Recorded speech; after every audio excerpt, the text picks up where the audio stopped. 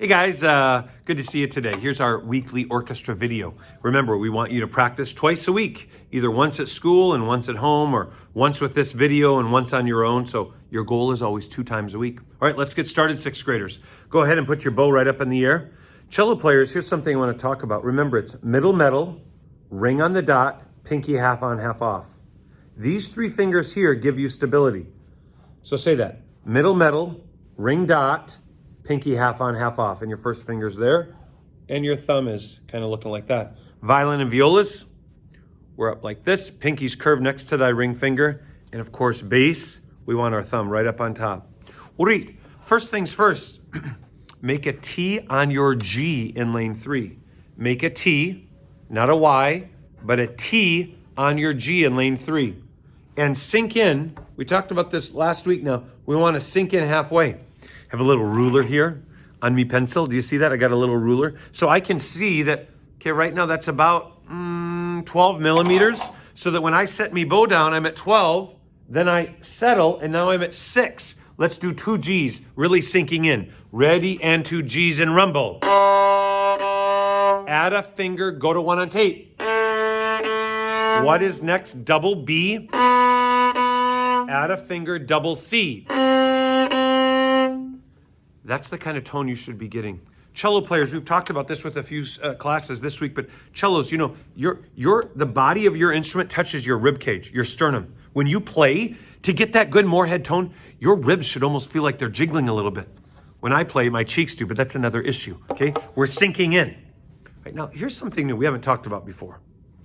I'm gonna play a G scale. I'm gonna turn around and I'm gonna bow like this. I want you to play with me, and I want your bow stroke to mirror what mine is. I'm not gonna go laxy like this, watch. It's not this. It's gonna be like this, watch. Kind of snappy. A, follow me, here we go. Up a G scale, you play right with me and try to match the speed and the intensity of me bow. Ready, double G and go. First tape. Next tape. Next one. Now let's do it without resting. Ready, double G, don't stop.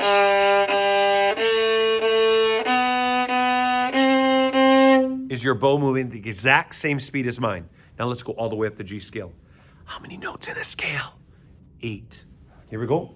Hey, the Vikings won last week. I think it's because, but they played Seattle. I bet they lost. Did they lose? See, I'm doing this on Friday, so I don't know how they did. Spuds play tonight. Guarantee they're going to win. They're going to win every game this year. Here we go. Right from here. 1, 2, and right all the way up the G scale. Move your bow right with mine. Ready, double G, and go.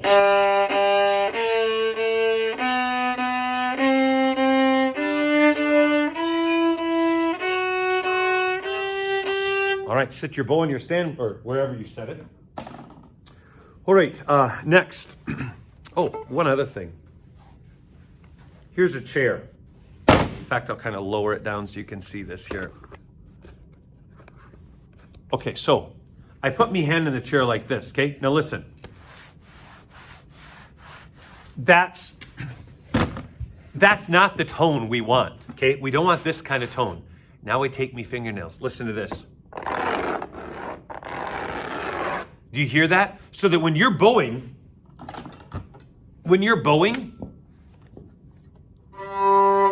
that's not the tone we want. We want the, listen. Okay. Thanks for that. So what's next now? Go to your guitar position, and repeat after me. I, like, the camera. Repeat after me. I like popcorn. Say it, go. I like popcorn. And pluck it. Ready, and I like popcorn. First tape. I like popcorn. I like popcorn. I like popcorn. By the way, this week, I found popcorn with Captain Crunch in it. Oh, that's pretty good. That's good stuff. Now, put your bow in the air. Now let's rocket ship airbow it. Let's rocket ship airbow it. Ready, and say it, go. I like popcorn. Rocket ship with me. Do it again. Ready, muscle memory, go. I like popcorn. Now let's go up a G scale. Every note gets a I like popcorn. Ooh, that's kind of a violent angle. Okay, Here we go. Up a G scale. 1, 2, I like popcorn. Go now. I like pop. First Cape finger. I like popcorn. I like popcorn. I like popcorn. All right. Take a look, guys, on page 6 in thy book. I'll give you a second to go find that. Go to page 6 in thy book. This is song number 18. It's on the top of the page. Now, this is new stuff. You might have done this in school this week, but either way, this is our new song, our new scale for the cycle. Your first note's a C, and then after that, it just goes up. So it goes C, C, C, C, D, D, C, C, C, C, D, D. Then the next measure is E, E, E, E, F, F, E, E, E, E, F, F, and then it goes G, G, G, G, A, A, G, G, G, G, A, A, and then the last 5 notes are B, B, B, B, C. Get them marked in? Okay, wonderful. If you need to pause the camera, you may. Right now we're going to go up to the board, and we're going to talk about our next goal of the day. All right, so we know that tetra means what? What does tetra mean? Say 4. Tetra means 4. We've been talking about this all year. Kind of a new thing for me to teach, guys, but boy, I'm really into it. So, cello players, here's your new tetra. Say 4, 0, 1, 2. Violin, here's your new tetra. 3, 0, 1, low 2. And bass, you're going to go 2, 0, 1, 2. Can you see that okay? I think you can. I'll get it, yeah. So look at right here now.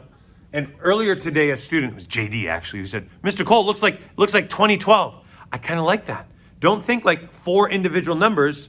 Basses, you're thinking 4012. Or cellos, you're thinking 4012. Bass, it's 2012. Violins, it's 3012 with a low 2. So cellos, put 4 fingers on your G. Bass, put 2 fingers on your A.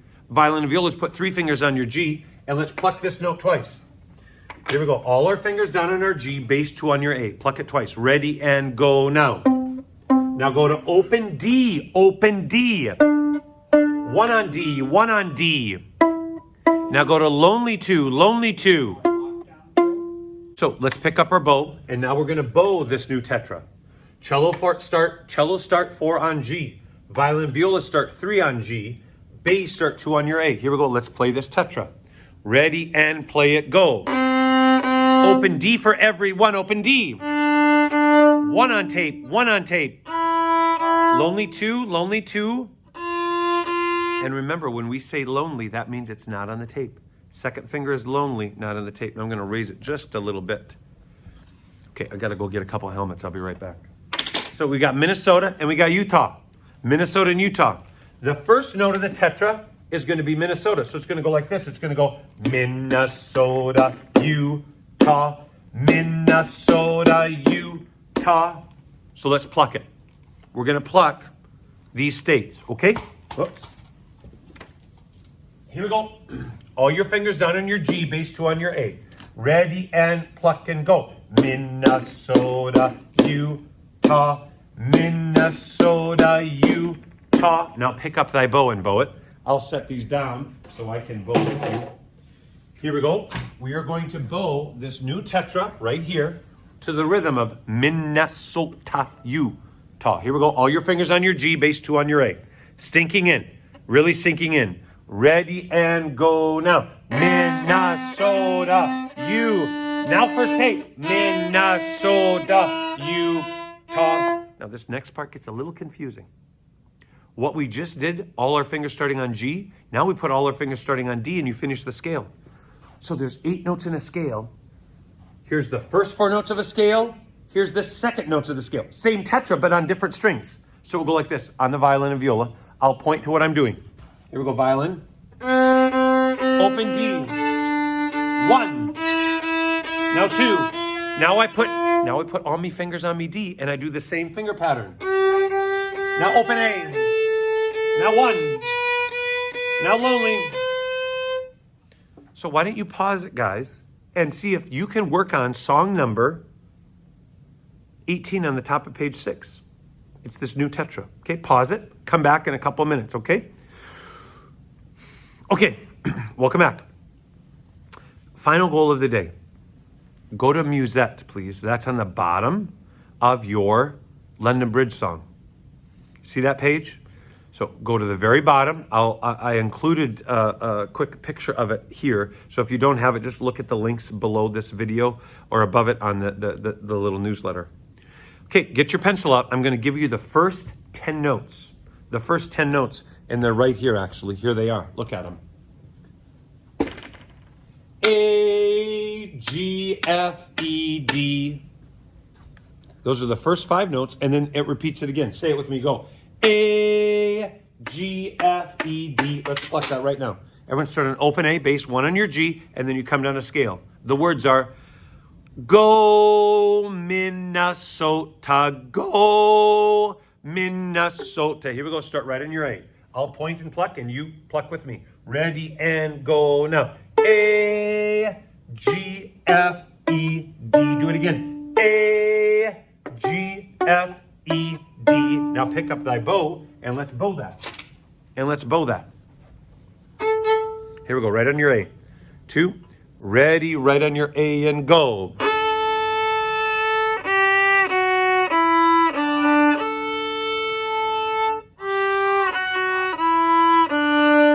A little slower, a little slower. You hear that it's a scale. What's tricky is when you start on open A, you should be preparing all of your fingers down on thy D string.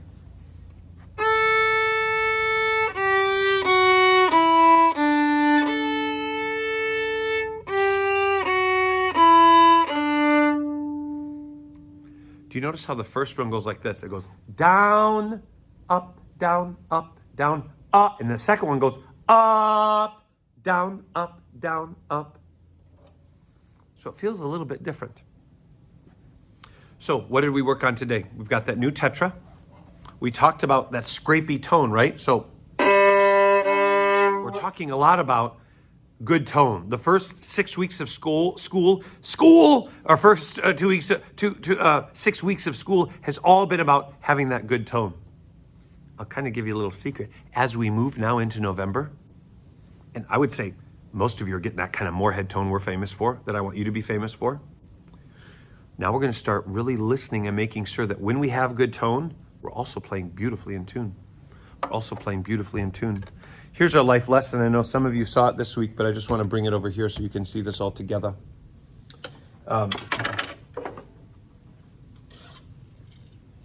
this little Lego thing here. See, it's got all these little chains hanging, right? Just kind of dangles. Now watch. Okay, it just kind of hangs. Now, how is that possible? How's that possible? Here's why. It's because of tension. That's pretty tight. There's tension between the top and the bottom. If I remove that tension, watch what happens. It falls over. So here's the life lesson. Is it, guys? Bad things happen to good people and good things happen to bad people. And there's always going to be tension in life. Either, I wish I was in school, I wish I wasn't in school. COVID, mass, no, there's always going to be this tension. But the hope is that all of this, through all of it, we still have stability. And there's always this pull from top to bottom, right and wrong. So be stable, be physically healthy, but also be mentally healthy, right? If something's not right, tell somebody. You have teachers, you have parents, you have counselors, you have people in your church, wherever you worship, that want to help you. Your coaches, okay? If you don't feel right, let somebody know, and we're here to help you, okay?